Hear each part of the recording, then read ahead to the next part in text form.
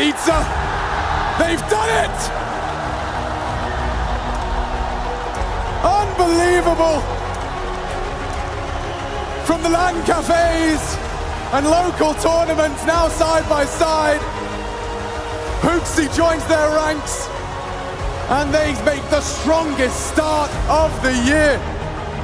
Absolutely no doubt right now who the #1 team in the world is. This was the collision course, G2 taking on Heroic, the match the world wanted to see, and we now have a #1. Starting the year as the ones to fear, G2, the Untouchables dropped one map in their Katowice campaign.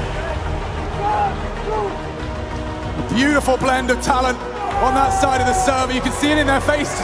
It must feel so good to break the curse and to do it with a prodigy like m0NESY alongside for the ride. Hooksy leading them to glory. Heroic, another grand final and another heavy head at the end of it. Maybe a rivalry for the year, showing some fantastic Counter-Strike. These two teams playing the absolute best CS we have on offer, but today it's all about G2. This is their ascension, this is their time. You can see the smile on his face. Niko, he's finally done it on his 4th time of asking. This is his grand final, this is theirs. Taken as a unit, your Katowice champions of 2023. Intel Extreme Masters, baby, it's G2!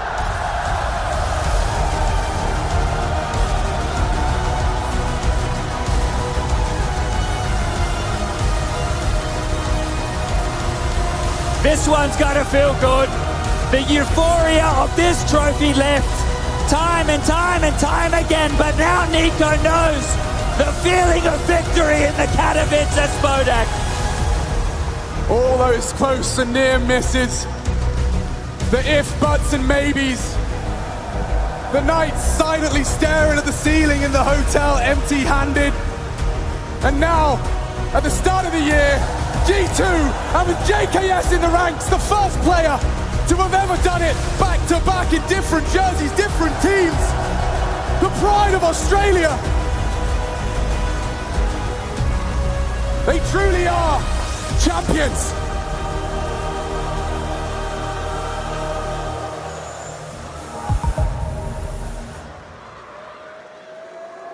Well, as I wander through the ticker tape here, the front of the stage, down towards the trophy. Congratulations, guys. Let's grab Niko. It turns out 4's the lucky number. Yeah, it is. After the Inferno, I had lots of flashbacks. This is the first time I cry in my career, so I'm really happy right now. It's an amazing feeling. Well, congratulations, a real favourite to have lifted this trophy. As Blair said to me backstage, it's time for you to take the flowers. Does all of the heartache to get to this moment make it worthwhile? Yeah, for sure. I've been really patient in my career. I've been in many finals, losing many of them, and hopefully this year everything's gonna turn around, and just keep working, guys, keep believing in yourself, and the results will eventually come. You're a fabulous winner. It's been great to see you on this stage. Just talk me through that emotion. That final frag went down. It was locked in. The trophy was yours. Just talk me through that exact moment.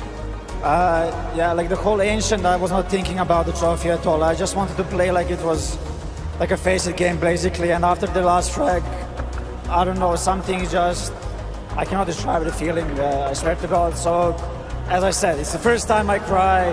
It means the world to me. Heroic and Cadian made you work for it. Sorry, can you repeat? Cadian and Heroic, they made you work for this win. Yeah, we did. I think we didn't respect out of them to come swinging that hard on Inferno. They really showed some balls on that map, and we just talked about it after it, and I think we stayed very calm and collected as a team, and yeah, I mean, they're a great team. We really had to be focused all the time, and it was very hectic CS as well, so I'm just very proud of everyone on my team. Everyone did their best to achieve this, and I'm super happy for all of them. Well, we're happy for you. You're a great winner. It was a great final. The trophy is now yours. You're now a Katowice champion. Put your hands together for your winners this year. It is my man Niko, a G2.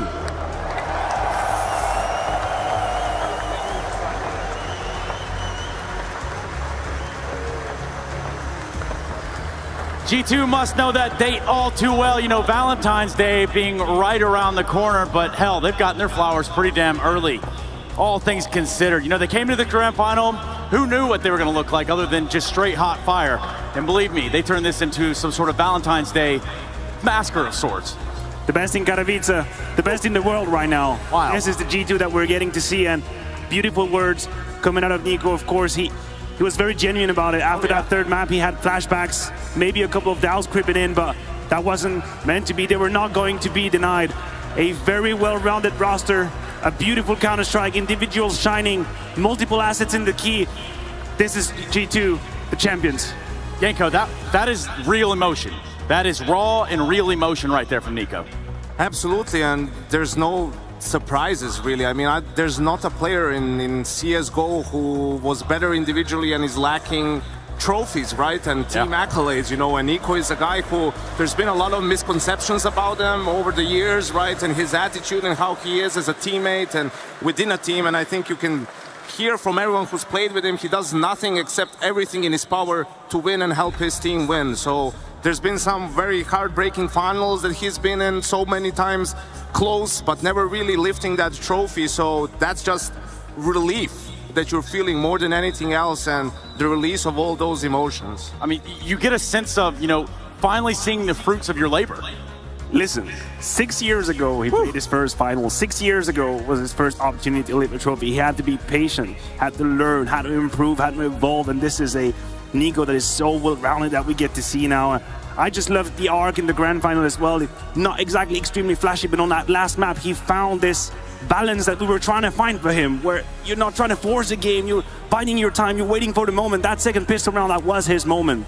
This is when the Niko Express started. Katowice Destination Trophy, and we have the first or second half grandiose from Niko.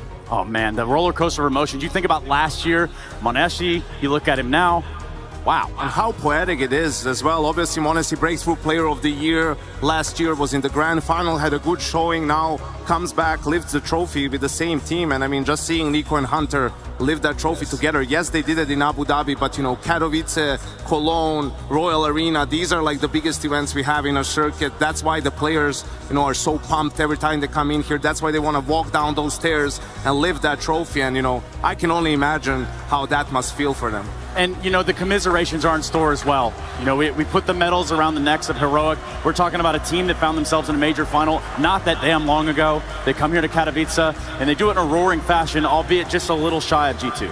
They didn't go down without a fight. That's the least we can say about Heroic.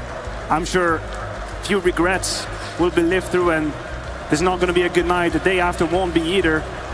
There's nothing to be ashamed of if you're Heroic. Sure, a couple of individuals will probably leave this arena thinking they could have done more, they should have done more. But this is also a part of our game, right? You don't always get to do your best Counter-Strike, and regrets part of the game. It was the smallest of details, you know, that made the difference in this series. Heroic, without a doubt, up there as a contender. Yes. You know, 3 out of the 4 tournaments they've made the grand finals of. Unfortunately, 2 losses, 1 win, but you know, it's just going back and sort of figuring out the minutiae, those small things. How do you match up a little bit better? And I'm sure we'll see them soon enough in another final.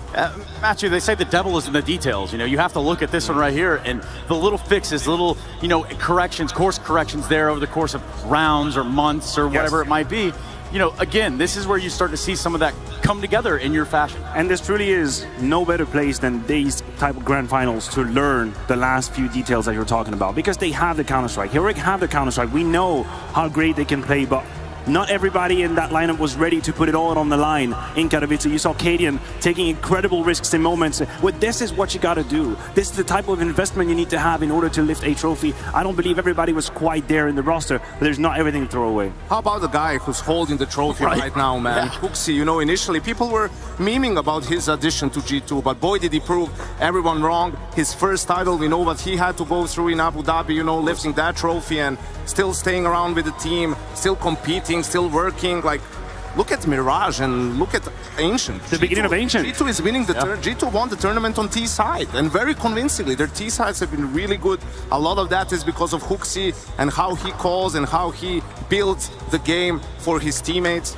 And the performance he had on the first half of Ancient. We talked about that transition from Inferno to Ancient could have been a little bit complicated for G2. You know, finally losing a map, maybe you start having some doubts, but then Huxi came out huge in the first 15. So many times did he put his team in the right track. Yeah, and you know, having done the unthinkable is JKS running it back-to-back the 2-time. He's the secret sauce, Trace. He is. He's that little thing that you need to spice it up, right? To be able to lift the trophy. The only player in history to win it back-to-back with different teams. Yeah, which is exactly what G2 and company have done.